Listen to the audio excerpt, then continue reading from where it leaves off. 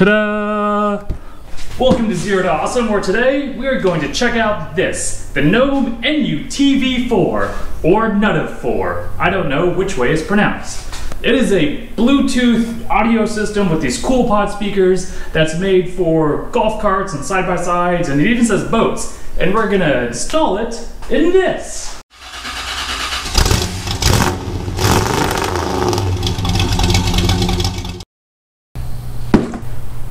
Here is everything that was included in the box, and most importantly, it came with some pretty sweet stickers.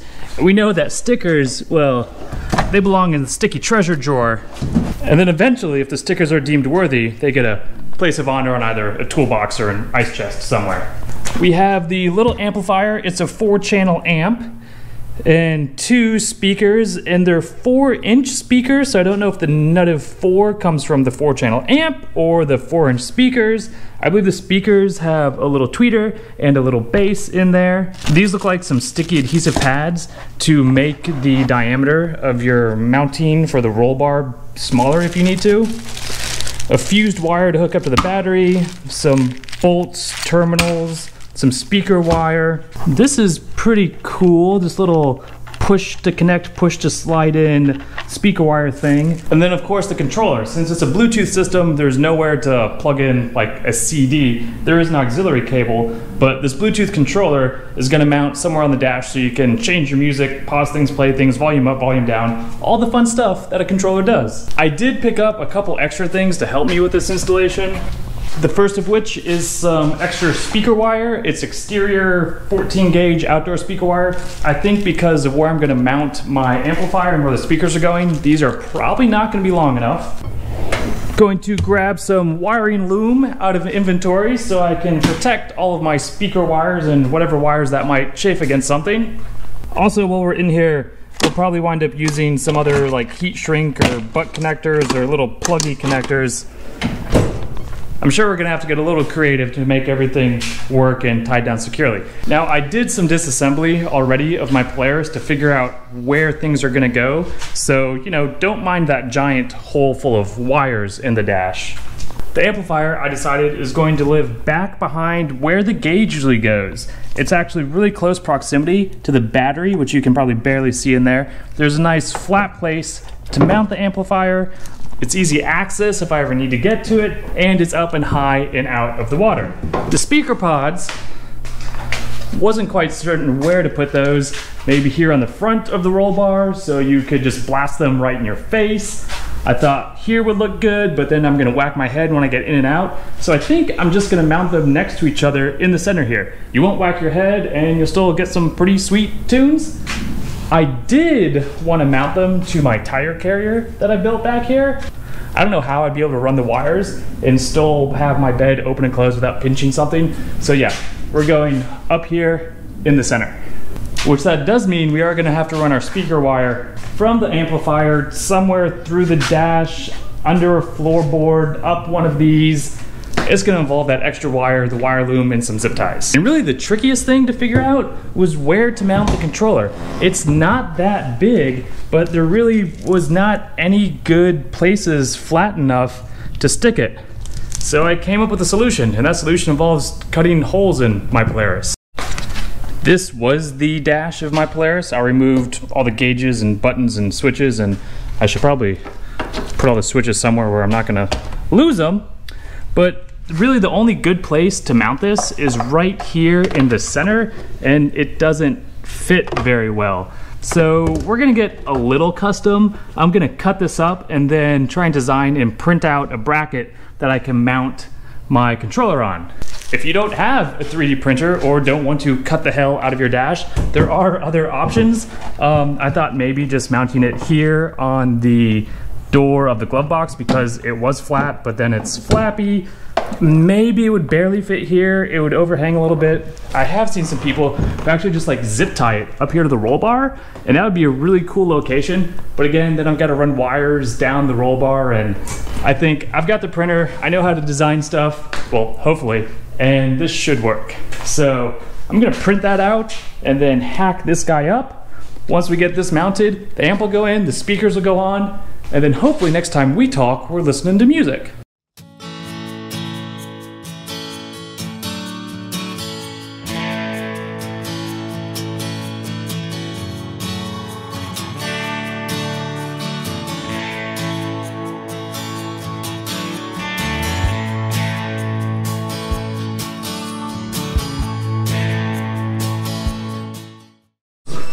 Well, the part I printed didn't quite work out because I really didn't understand how this was supposed to mount. So I just changed up the design. It's gonna start printing. It is almost 10 o'clock at night. It's supposed to print for 5 hours. So tomorrow morning, I'm either gonna wake up and we're gonna have a success, or I'm gonna wake up and we're gonna have a 9 a.m. pickle beer. Yes!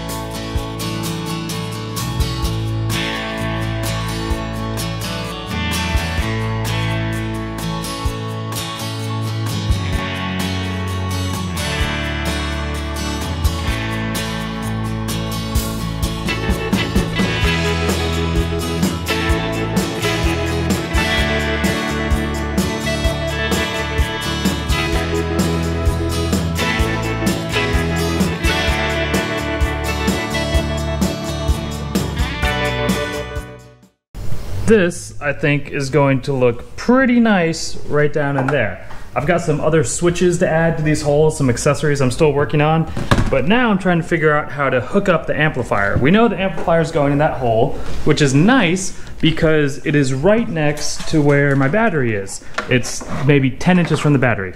This is what was in the box to connect the amplifier to the battery, 20 amp fuse. It even has this on-off switch, which I guess is nice, so you can shut off your amplifier because it's connected directly to the battery, so if there's a drain, you're not going to drain your battery. There are some nice pre-tinned soldered ends to do my, you know, black to black, red to red, but then also the kit came with these crimp ends and no crimp tool, so kind of weird that I've got crimp ends, nothing in the box to crimp it, and then also solder ends, but thankfully I've got a crimp tool. And if those turn out to be junk, I've got other odds and ends. We can get this hooked up to the battery. One downside of having this nice crimp tool and not being any sort of electrician is I don't know which die to use for the ends that I just misplaced. I think it's the one I already have on there because, well, these are blue and that correlates to this kit over here, which maybe those are the same size? That, I think we have a winner, folks.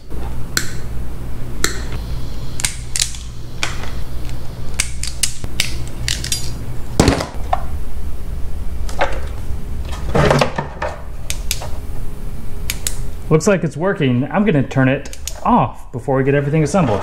It looks like the amplifier came with just 4 little self-tapping wood screws, really. I don't like that. I'm gonna dig through my bits and bops of bolts and find something I can actually maybe put some Loctite on because she's gonna bounce around. Oh no, I lost a divider. Now my nuts and bolts have intermingled.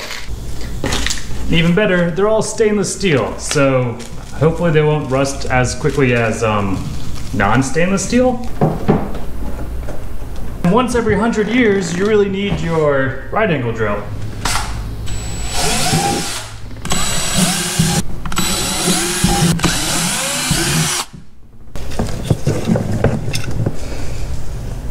I have no idea how I'm going to tighten those up, but I'm actually really glad they actually fit. Also, once every 100 years, you have to bust out your tiny, tiny set of wrenches. So I just dropped a tiny, tiny little washer.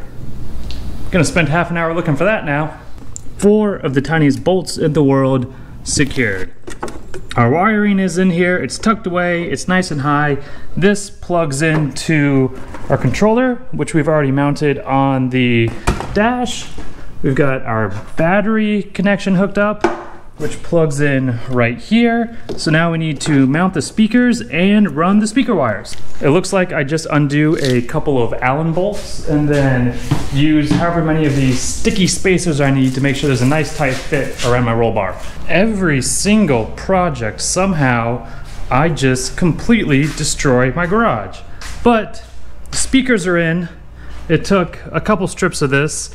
It actually wrapped perfectly around the roll bar. It's almost like this company knows what they're doing when they say they're made for things like side-by-sides and boat wakeboard towers.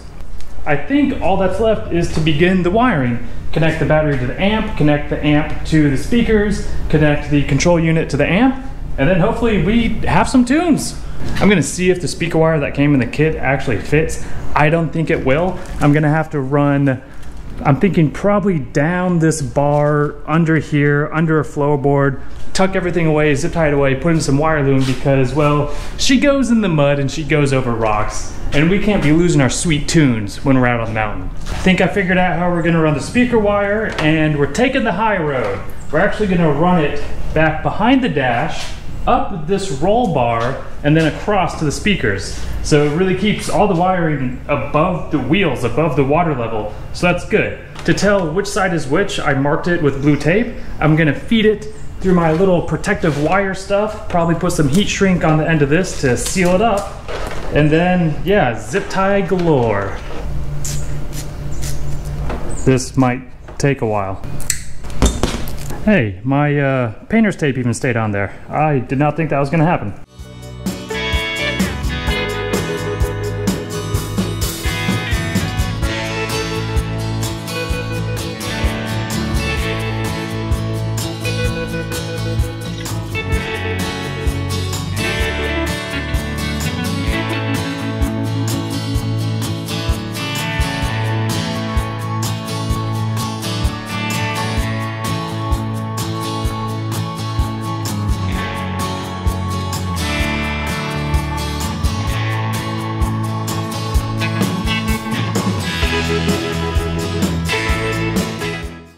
According to the instructions, I just have to plug everything up. We've mounted our amp, we've mounted our speakers, we have run our speaker wire, we have made our battery connection. So let's plug it all together. This amp will actually support 4 channels, and according to the instructions, 1 and 3 are left and 2 and 4 are right. So I am just going to use 1 and 2. And wouldn't you know it, my blue tape did come off, so I really don't know which one is left and which one is right, but we can figure that out by playing some loud music. Channel 1 negative. And these are those little waterproof connectors, which kind of a pain, but that worked. Channel 1 positive. Yeah, that just clicks right in, that's nice. Channel 2 positive. Left might be right and right might be left. This hooks up to our control unit, which is just going to set aside for now because I don't want to reassemble my entire dash until I know this thing works. So we're just keeping our dash over here. Plug this in. There is an auxiliary headphone input, which I'll probably never use, but maybe we could just drill a hole right here and have our headphone jack plug in there. I don't know. Maybe it just hangs out behind the dashboard. Now we hook up the power. This is coming straight from the battery. And turn it on. There's no lights or anything. Let's press a button. Ooh. Let me grab a phone and let's do some Bluetoothing. Haven't read the directions, but I feel like as a millennial, I just hold this down for a while and it's gonna enter pairing mode. It's blinking. Searching, searching, searching. Searching, there we go, Noam. That was loud. Now let's play some copywritten music so this video gets taken down. Anyone watch Ted Lasso?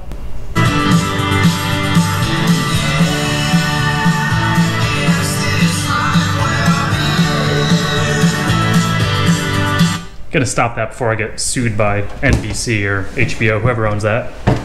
I wonder if we can make a call on it, actually. Yes. Hey, I was calling you from the Polaris to see if it could make phone calls now. Ah, looks like it can. You want to come take a look? I suppose. I am in my lair. Alright. I'll be right there. Oh, hello. Hi.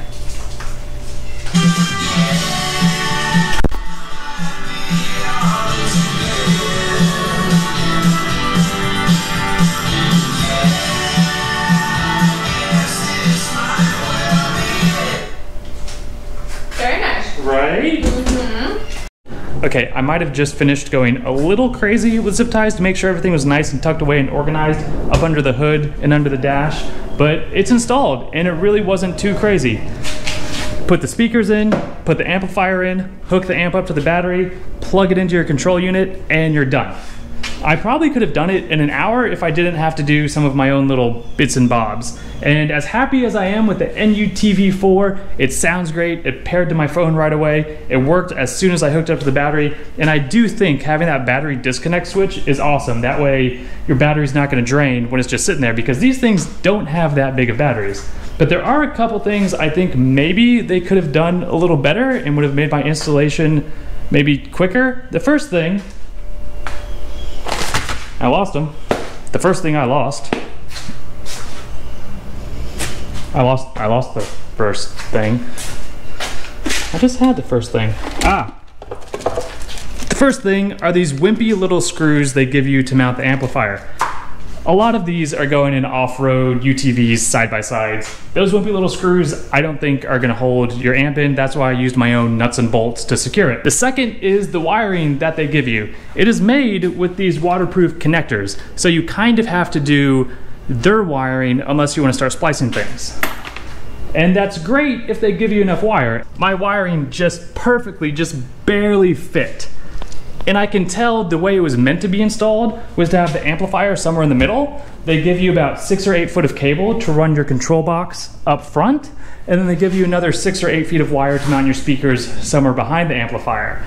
This thing has a gas engine and goes in the water, so amp has to go up in the dash somewhere or has to go up behind the seat. I can't really put it in the middle. I think maybe a little more speaker wire would have been nice. And then my only final complaint, which this is really my preference, is this control box is still a little big. I have a full-size Ranger. Most of what the people take in off-road parks these days are even smaller than this. Some little side-by-sides, like I think the Polaris Razor, smaller than this. So if you have something even smaller, I don't know where you're gonna put that. I think that's why a lot of the videos I saw, people are mounting them on roll bars. Thankfully, I did a little customization, a little printing, and made my own place to mount that. So I do have some more work to do.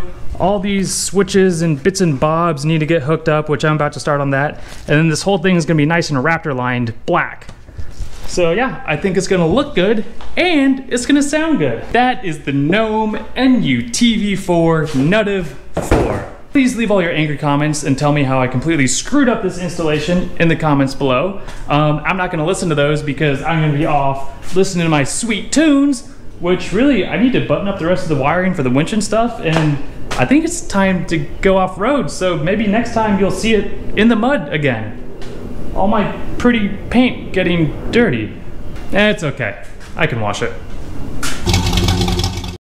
My current sound system in my Polaris is this little JBL Bluetooth speaker and some Velcro. And apparently that is not up to standards because Steven actually got me this sound system for my Polaris. So thank you to today's video sponsor, Steven.